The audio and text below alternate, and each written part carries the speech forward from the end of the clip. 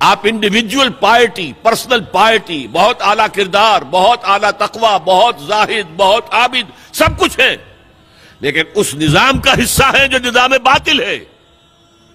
آپ کس کی گواہی دے رہے ہیں؟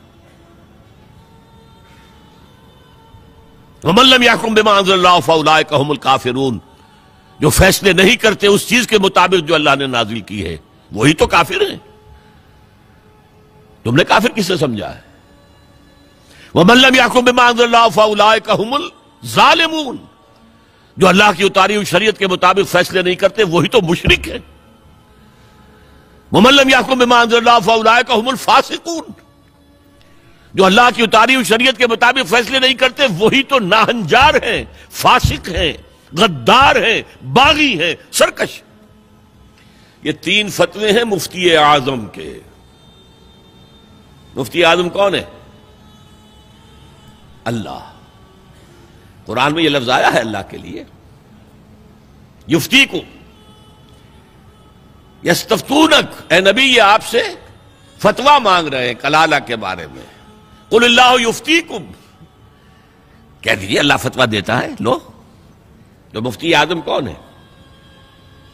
یہ ساری دنیا کے مفتی مل کر بھی اگر مفتی بن جائیں ایک، تو کیا اللہ کے برابر ہوں گے؟ اور اللہ کا فتویٰ یہ ہے جو اللہ کی اتاری ہوئی شریعت کے مطابق فیصلے نہیں کرتے وہی تو کافر ہے، وہی تو ظالم ہے، وہی تو مشرک ہے، وہی تو فاسق ہے، وہی تو سرکش ہے. اور یہ 3 فتوے ایک رکوع میں آئے ہیں، سورہ مائدہ کا رکوع نمبر 7. تو یہ شہادت جو ہے، یہ شہادت گہے الفت میں قدم رکھنا ہے. لوگ آسان سمجھتے ہیں مسلمان ہونا. ٹھیک ہے، کہہ دیا اشہد ان لا الہ الا اللہ واشہد ان محمد رسول اللہ. اب تمہیں معلوم نہیں ہے شہادت گاہ میں آ گئے ہو.